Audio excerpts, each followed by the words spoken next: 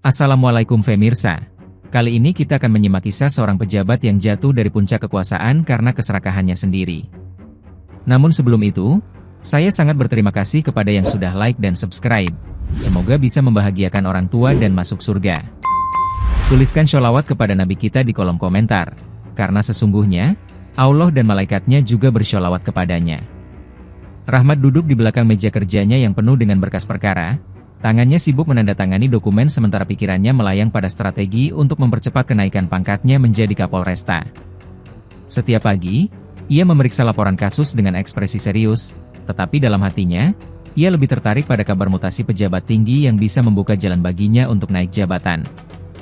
Di ruangannya yang luas, ia sering menerima tamu dari kalangan pengusaha dan pejabat daerah, berbicara dengan suara rendah tentang proyek-proyek yang membutuhkan perlindungan dari pihak kepolisian. Bawahannya yang bekerja keras di lapangan mulai merasakan ketidakadilan, karena setiap promosi dan penghargaan seolah hanya diberikan kepada mereka yang dekat dengan Rahmat dan bersedia menjadi alat ambisinya. Di rumahnya yang megah, istrinya menikmati gaya hidup mewah dari hasil bonus-bonus yang Rahmat terima, tanpa mempertanyakan asal-usulnya. Sementara anak-anaknya tumbuh dengan keyakinan bahwa uang dan kekuasaan lebih penting daripada kejujuran. Rahmat tidak pernah merasa bersalah atas segala kelicikannya, karena baginya, dunia kepolisian hanyalah permainan strategi di mana yang paling pintar memanfaatkan peluanglah yang akan menang. Ia terus mengamati perkembangan karir Kapolresta saat ini, menunggu celah kecil apapun untuk bisa menggantikannya, tanpa menyadari bahwa setiap langkahnya semakin menjerumuskan dirinya ke dalam jebakan yang tak terlihat. Kabar mutasi mendadak Kapolresta yang saat ini menjabat menyebar dengan cepat di kalangan kepolisian, membuat Rahmat melihat peluang emas yang selama ini ia nantikan dengan penuh kesabaran.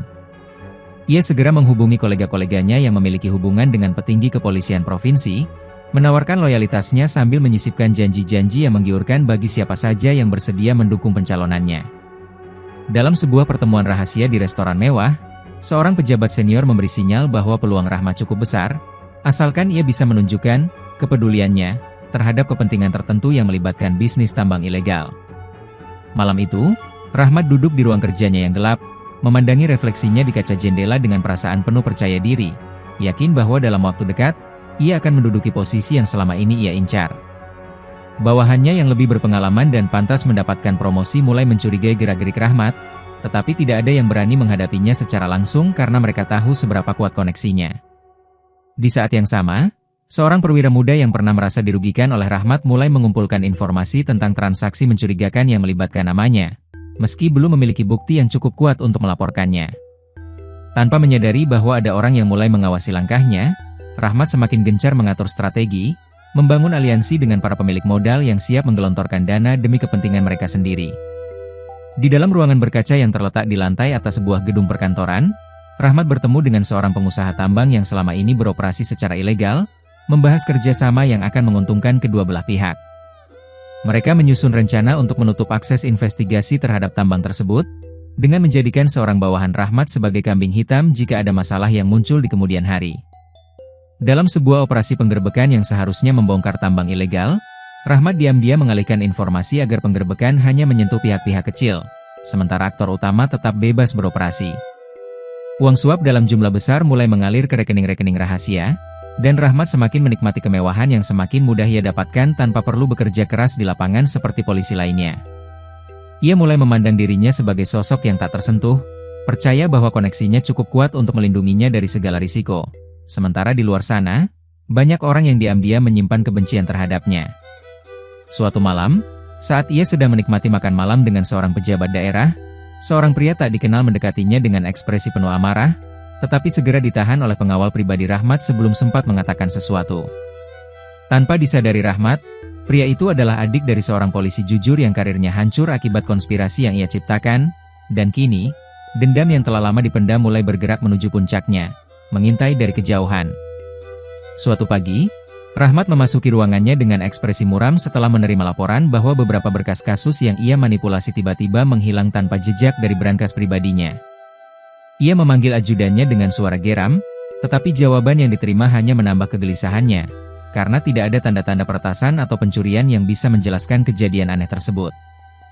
Di ruang interogasi, seorang saksi yang sebelumnya telah ia suap agar memberikan kesaksian palsu justru berubah pikiran, dengan berani menyebutkan namanya sebagai bagian dari jaringan korupsi. Rahmat merasakan ada sesuatu yang salah, tetapi ia mencoba menekan kekhawatirannya dengan kembali mengendalikan situasi, mengancam bawahannya agar tetap setia jika tidak ingin karir mereka hancur. Sore itu, ketika ia sedang sendirian di ruang kerjanya, ia menangkap bayangan aneh di sudut ruangan. Sesuatu yang tampak bergerak cepat di bawah meja, seperti sosok reptil berkulit kasar yang sekilas terlihat menyerupai iguana. Ia segera berdiri dan menyalakan semua lampu, tetapi tidak menemukan apapun selain suara detak jantungnya sendiri yang berdegup lebih cepat dari biasanya, membuatnya merasa ada sesuatu yang sedang mengawasinya. Di luar ruangannya, beberapa rekan kerja mulai membicarakan perubahan sikap Rahmat yang semakin kasar dan mudah tersulut emosi, seolah-olah ada sesuatu yang perlahan menggerogoti kewarasannya dari dalam. Malam itu, Rahmat tertidur dengan gelisah di rumahnya yang megah, tetapi pikirannya tidak bisa lepas dari bayangan reptil yang ia lihat di kantornya, membuatnya merasa was-was hingga larut malam. Dalam tidurnya, ia bermimpi sedang duduk di kursi Kapolresta dengan seragam kehormatan, tetapi ketika ia melihat pantulan dirinya di kaca besar di ruangan itu, ia terkejut melihat kulitnya mulai bersisik. Ia mencoba bangkit dari kursinya, tetapi tubuhnya semakin terasa kaku, jari-jarinya menyusut dan berubah menjadi cakar, sementara lidahnya menjulur keluar dengan gerakan cepat seperti seekor kadal raksasa. Mimpi itu semakin nyata saat ia berusaha berteriak meminta pertolongan, tetapi yang keluar dari mulutnya bukan suara manusia, melainkan desisan panjang yang menggema di dalam ruangannya yang kosong. Ia terbangun dengan napas memburu, tubuhnya dibasahi keringat dingin, dan tanpa sadar tangannya mengusap lengannya sendiri, merasakan sesuatu yang tidak biasa. Kulitnya terasa lebih kering dan sedikit kasar. Rahmat segera bergegas ke kamar mandi, menyalakan lampu terang, dan memeriksa dirinya di cermin, tetapi ia hanya melihat wajahnya yang tampak lelah dan pucat, meski perasaan aneh di kulitnya masih bertahan. Dengan napas yang masih belum stabil, ia meyakinkan dirinya bahwa itu hanya mimpi buruk belaka. Tetapi jauh di lubuk hatinya, ia merasa ada sesuatu yang mulai berubah di dalam dirinya dan itu bukan hal yang baik. Keesokan harinya, Rahmat kembali ke rutinitasnya dengan wajah tenang, menyembunyikan kegelisahan yang menghantui pikirannya di balik sikap dingin dan perhitungannya yang semakin tajam dalam mengelola jaringannya. Ia menerima suap dalam jumlah yang lebih besar dari pengusaha tambang dan bandar narkoba, semakin dalam terlibat dalam permainan kotor demi mengamankan posisinya yang kini semakin dekat dengan jabatan Kapolresta. Dengan penuh perhitungan, ia menekan bawahannya agar tetap tutup mulut tentang transaksi ilegal yang mulai mencurigakan beberapa penyidik dari satuan internal, memastikan bahwa semua celah yang bisa menjerumuskannya tertutup rapat. Dalam beberapa kasus kejahatan besar yang seharusnya ia tindak dengan tegas, ia justru memilih untuk berpihak kepada mereka yang bersedia memberikan loyalitas dalam bentuk uang atau keuntungan lainnya. Di luar kesadarannya, orang-orang yang pernah ia hianati mulai bergerak dalam diam, mengumpulkan bukti yang bisa menjatuhkannya, sementara beberapa korban keputusannya yang zalim mulai menaruh dendam yang mendalam. Sore itu, seorang wartawan investigasi mengirimkan pesan anonim kepadanya, menyebutkan beberapa kasus yang berkaitan dengannya dan memberikan peringatan bahwa sesuatu yang besar akan segera terjadi. Namun, Rahmat hanya tersenyum sinis saat membaca pesan itu, merasa bahwa selama ia masih memiliki kuasa dan perlindungan, tidak ada satupun yang bisa menggoyahkan posisinya, tanpa menyadari bahwa azab perlahan mulai mengintainya. Di suatu pagi yang tampak seperti hari biasa, Rahmat bangun dengan perasaan aneh di tubuhnya, merasakan kulitnya semakin kering dan bersisik saat tangannya menyentuh lengannya sendiri dalam kebingungan. Ia mencoba mengabaikan perasaan itu, tetapi ketika ia berkaca, ia melihat matanya tampak lebih cekung dan sorotnya berubah, seolah-olah ada sesuatu yang mulai menggerogoti jiwanya dari dalam. Saat ia sedang mengenakan seragamnya, ia mendapati bahwa kulit di punggung tangannya terlihat lebih kasar, dan setiap kali ia berkedip, ada sensasi aneh seperti kelopak matanya lebih lambat menutup. Di kantor, ia mulai merasakan ketidaknyamanan yang semakin menjadi, terutama ketika ia berbicara terlalu lama. Ia merasa lidahnya semakin berat, seolah ingin menjulur keluar seperti seekor reptil. Ketika seorang bawahannya melaporkan sebuah kasus, Rahmat berusaha fokus mendengarkan, tetapi pikirannya terganggu oleh suara gemerisik halus yang terdengar di telinganya, seperti suara sisik yang bergesekan. Saat ia memasuki kamar mandi sendirian, ia menyalakan keran air dan mencuci wajahnya dengan kasar, berharap sensasi aneh di tubuhnya menghilang, tetapi yang ia lihat di cermin justru semakin menegaskan ketakutannya. Dengan jantung berdetak kencang, ia menggulung lengan bajunya dan melihat sesuatu yang membuatnya hampir kehilangan kendali. Kulitnya perlahan berubah menjadi sisik hijau kehitaman, dan untuk pertama kalinya, ia merasakan ketakutan yang nyata terhadap apa yang sedang terjadi pada dirinya. Dalam ruang pertemuan yang dipenuhi para pejabat daerah, Rahmat duduk dengan percaya diri, berbicara tentang rencana keamanan kota. Tetapi tiba-tiba suaranya menghilang, membuatnya terdiam dengan wajah panik. Ia mencoba berdeham dan berbicara lagi, tetapi yang keluar hanyalah desisan aneh, sementara dadanya terasa sesak, seolah paru-parunya menolak bekerja seperti biasa, membuatnya terengah-engah di hadapan semua orang. Beberapa pejabat mulai bertukar pandang dengan ekspresi bingung, sementara seorang bawahannya yang pernah ia zalimi menatapnya lekat-lekat, matanya membelalak saat melihat tangan Rahmat yang mulai tampak seperti cakar reptil.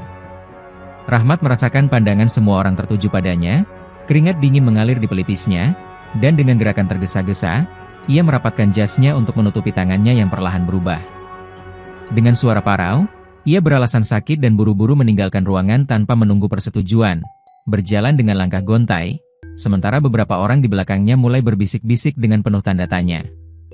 Di toilet, ia mencuci wajahnya dengan air dingin, tetapi sensasi aneh di tubuhnya semakin menjadi-jadi, kulitnya terasa lebih tebal, dan saat ia menatap cermin, sekilas ia melihat pantulan wajahnya berubah menjadi lebih tajam dan licin.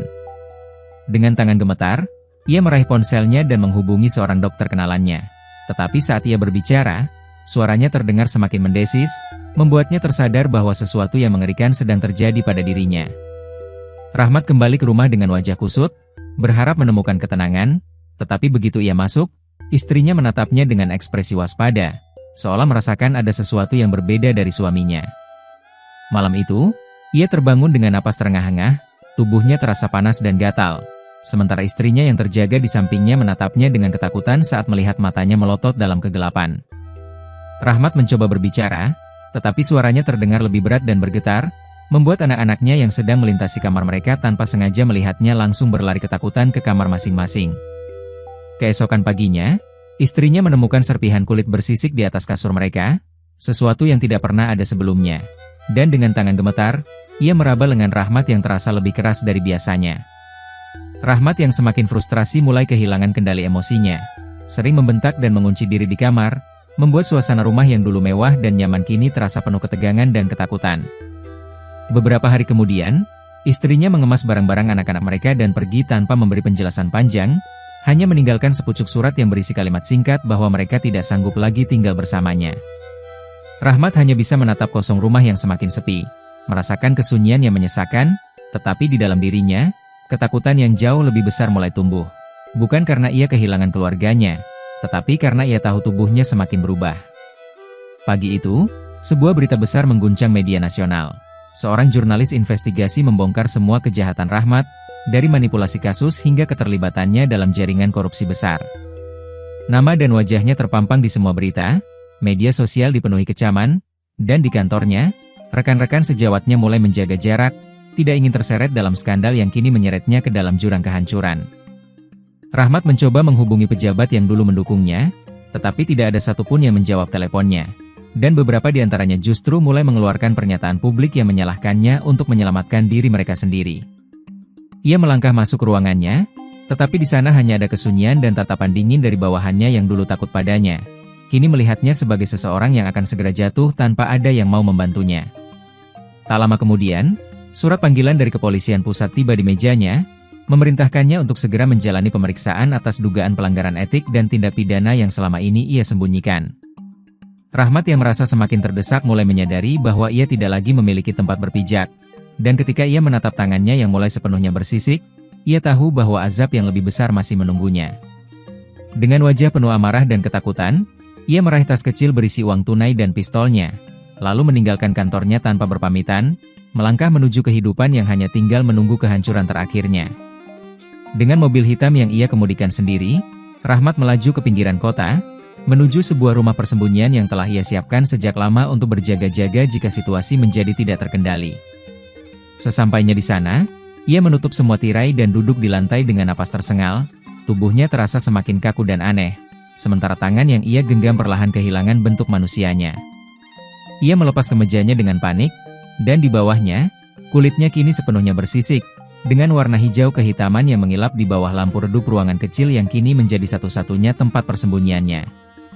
Rahmat menangis untuk pertama kalinya dalam hidupnya, memohon ampun kepada Tuhan dengan suara yang semakin terdengar seperti desisan, tetapi setiap doa yang ia ucapkan terasa hampa, seolah-olah tidak ada yang mendengarnya. Tubuhnya semakin mengecil, jari-jarinya menyusut, dan tulangnya terasa bergerak sendiri, membuatnya meringkuk di lantai dengan rasa sakit yang luar biasa, sementara pikirannya mulai kehilangan kesadarannya sebagai manusia. Dalam kepanikan yang semakin menggila, ia berusaha menulis sesuatu di lantai dengan jarinya yang hampir tak bisa bergerak, tetapi sebelum sempat menyelesaikan satu kalimat, kesadarannya menghilang sepenuhnya. Ketika fajar menyingsing, di dalam rumah tua yang sunyi itu, tidak ada lagi jejak Rahmat. Hanya seekor iguana besar yang diam membeku di sudut ruangan, dengan mata yang masih menyimpan sisa ketakutan dan penyesalan dari kehidupan manusianya yang telah sirna. Dalam kegelapan rumah kosong itu, Rahmat membuka matanya dan merasakan tubuhnya benar-benar berubah. Tidak ada lagi tangan atau kaki manusia, hanya cakar kecil dan ekor panjang yang menjalar di lantai. Ia mencoba berteriak, tetapi yang keluar hanyalah suara mendesis, membuatnya sadar bahwa ia telah kehilangan bentuk manusianya sepenuhnya, meskipun kesadarannya masih utuh dan penuh dengan ketakutan yang tak tertahankan. Ia merayap perlahan ke arah cermin di sudut ruangan, dan saat melihat pantulan dirinya, seekor iguana besar dengan mata sayu menatapnya balik, membuatnya ingin menutup mata dan mengingkari kenyataan yang mengerikan ini. Tubuhnya yang kini penuh sisik hijau tua terasa dingin dan kaku, ia merasakan lidahnya terjulur panjang tanpa kendali, dan cakarnya mencengkeram lantai dengan sia-sia saat ia mencoba berdiri tegak seperti manusia. Dengan putus asa, ia mencoba menuliskan sesuatu di lantai kayu dengan cakarnya yang lemah, tetapi tak ada huruf yang terbentuk, hanya goresan tak berarti yang menegaskan bahwa ia tak lagi memiliki kuasa atas tubuhnya. Di luar rumah, suara kendaraan dan hiruk-pikuk kota masih berjalan seperti biasa, tetapi baginya, dunia kini terasa jauh, seolah ia telah terlempar ke dalam kehampaan yang tidak akan pernah bisa ia tinggalkan. Dalam keheningan yang menyiksa, Rahmat menyadari bahwa segala yang ia kejar, jabatan, kekayaan, kekuasaan, telah berujung pada kehinaan mutlak, dan kini, tidak ada jalan kembali dari kutukan yang telah menelannya sepenuhnya. Berhari-hari setelah menghilangnya Rahmat, kepolisian mulai melakukan pencarian, mendatangi rumah dinasnya, menggeledah kantornya, tetapi tak ada tanda-tanda kemana ia pergi. Di sebuah rumah tua di pinggiran kota, seorang petugas yang dikirim untuk menyelidiki menemukan pintu yang setengah terbuka, lantai berdebu, dan di sudut ruangan hanya ada seragam kepolisian yang terlipat rapi bersama lencana yang tergeletak di sampingnya. Tidak ada jejak perlawanan, tidak ada tanda-tanda perkelahian atau keberadaan orang lain, seolah Rahmat telah lenyap begitu saja tanpa meninggalkan satupun petunjuk mengenai kemana ia pergi. Beberapa spekulasi mulai muncul. Ada yang menduga ia melarikan diri ke luar negeri. Ada yang mengira ia dibunuh oleh lawan politiknya.